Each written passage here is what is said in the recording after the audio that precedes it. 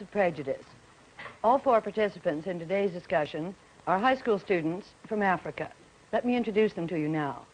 First, from the Gold Coast is 18-year-old Alfred Bannerman.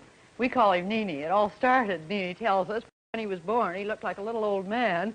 And Nini is a term of respect for an old man. We still call him Nini, and he considers it a term of respect.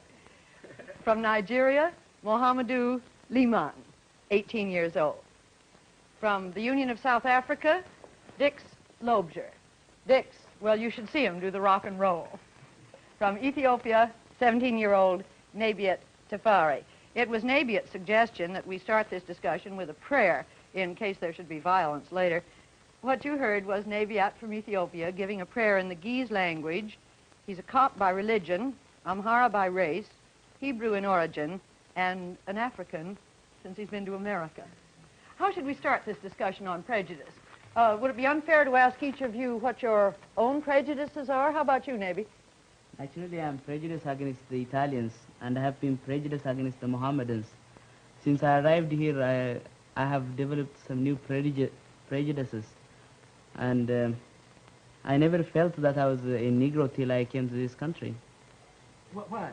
Because my tutor in the monastery told me that I was not a Negro, but I was a sunburned Hebrew. You mentioned that you have prejudices against Mohammedans. I am a Mohammedan, and I have prejudices against Christians, too, in southern Nigeria. Look, you said you have prejudices against Christians in southern Nigeria. Is that particularly because they are Christians? I'm a Christian myself, but I have no prejudice against Mohammedans. I rather prejudice against whites. But why have you got prejudice against the whites in the Gold Coast? I think it's a sort of this kind. At first, I was not prejudiced against whites anyway. I was prejudiced against fellow Africans because I had some opportunities which some of the Africans didn't get. I was brought up in a city.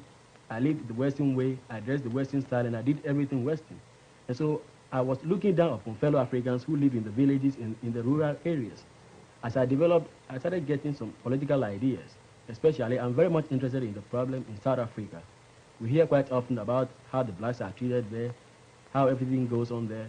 And for instance, everybody knows that we get good friendship and peace in the world through games like the Olympic Games and those kinds of games. But everybody knows that the team from the Union of South Africa has not got a single African, which means the people in South Africa think of themselves as superior beings. And this thing gives me more ideas just to be prejudiced and discriminate against the whites. And so I'd like you to explain to me some of the policies of the apartheid system and the basic idea to the logical conclusion. Well, in South Africa, one must realize this fact, overseas people especially, and that is that this is the first case in history that a white nation has settled itself in a black country. In the whole of Africa, there are 190 million Africans, 190 million Negroes. Yes, yes. And in Southern Africa, there are almost 3 million white people. That means less than 3%. Now, in South Africa itself, the blacks outnumber the whites there by 4 to 1. In the States here, they outnumber the white people outnumber the Negroes 8 to 1. For that reason, and for the reason, and for this fact, that one cannot ever draw a parallel line between the Negroes in South Africa and the Negroes in the States. The Negroes in the States are far above the Negroes in South Africa as far as education and civilization goes. Now, the government's policy of apartheid, that policy, the guiding principle of this policy is to help the non-whites in South Africa to self-realization in their own territories and within their own communities so that they can govern themselves. Gradually, they'll be giving more and more power to govern themselves. Now, that's what the guiding principle is, and that's what the white man in South Africa is doing. Yeah, let me make this point clear. You say they want the Africans to develop themselves. And so will you allow the Africans to get their own governments and their own representations? Or will you like to give them the rules and the laws by yourselves?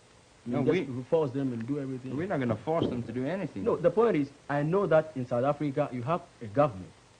And there is not a single African in the government. There are 9 million Africans as against 2 million whites. Why is it that there is not a single African in the government of South Africa? Well, they're nine representatives for the... But I mean, how can 9 Englishmen or 9 Europeans represent 9 million Africans? How can they know their problems and their ideas? These people are Africans. You believe in separateness. The Africans separate and the whites separate. Well, how then can it happen that you get whites representing Africans and ideas since they are separate? I don't think that is fair either. Since the people in the House of Representatives, do you call it that? That's right. They are supported by the taxes paid by the natives, aren't they? No, just a minute. There, you've gone altogether wrong. If South Africa was to subsist on the taxes that the Bantu in South Africa pay, then South Africa would drop just like that. Then, Okay. on what do they support? What support them? What? The House of Representatives, or the people in the government, the officials? That's the 2.5 million white people that are supporting themselves and the overwhelming black population.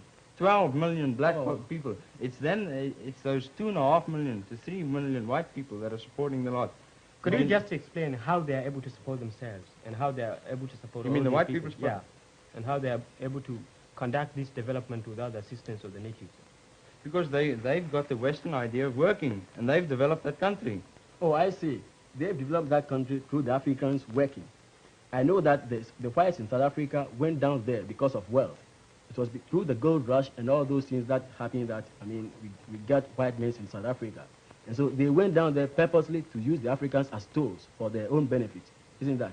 When the white men went down there, they never even knew a black man existed down there. When the white man landed at the bottom of the Cape in 1652, the black people in South Africa hadn't even moved over the northern boundary of the Union of South Africa. Yes. I know these people would like to get these sociological ideas just to get around the question. So far as I know, the people in South Africa are a nomadic tribe by career or by profession. They are herdsmen who move with their cattle all around the belt. Nowadays, even in the olden days. Okay. It might happen that they were living down south, but because of their profession, they happened to live up north. Because in those days, there were warring tribes which were waging wars against each other. And so you cannot say that the land is yours. Everybody knows that Africa is for Africans. And when we think of Africans, we think of blacks. That's how I know. Well, look here, just to and give you you are a using short the policy, and you are using the policy of aggressors that the land, the earth belongs to everybody, and the one that is powerful rules the part of the world which is owned by the others. That's the policy that aggressors use. You know who are the aggressors? It's the African National Congress in Africa. They are the aggressors. No, how can there be? If the Africans in Africa would stop being so militant and would rather get down and help and build up South Africa and build up Africa, the problem would cease almost immediately. okay, let me ask you this thing. You said if they can come down and help, the problem will cease. The point is, how can they help if you get 9 million Africans and 3 million Europeans, and you get only 9 Europeans representing the interests of these Africans? Do you believe, let me ask you this personal question, do you believe, according to your apartheid policy, in getting 2 South Africas, one South Africa for the Africans and one South Africa for this thing, with 2 different colonial policies and 2 different foreign policies? No. If you don't, give me the answer. Well, I wouldn't be able to give you the definite answer right now. Why? Suppose. You believe in separateness. And why don't you believe in getting the Africans separate, having their own government and Look, everything, thereby creating 2 union of South Africas? That's the point. But that, if so far as you believe in apartheid, it means you believe in separateness. Then keep the Africans separate with their own governments, with their own money, with their own everything, and keep the whites separate. Excuse me, I'll just come in there. Okay. He said that if Africans would just calm down and then cooperate with them, the land will achieve peacefulness. Right. Do you mean that the Africans are the people who are really the aggressors against you? You are not really aggressive towards Africans. I mean... Of course not. The general attitude in South Africa, and I come from a country, I know, every summer that we have, every holiday at least that I have, I go and spend on the farms, and I live amongst these natives. I really get to know what they are Then like. the general attitude of the white people in South Africa is sympathetic towards the black people. They regard themselves as the trustees of the I mean, black people. why shouldn't they be sympathetic? The point is, I always stress this fact that there are 9 million Africans and 3 million whites. Exactly. So I mean, if you come to South Africa, there are only 43 Africans with university degrees who are graduates. If you come to the Gold Coast, you have thousands of them. Gold Coast is a black colony, just like South Africa. But we have been able to develop everything, which shows the capability of the African to do anything itself. But we have been able to get all these ideas through the mixture of Western ideas. Actually,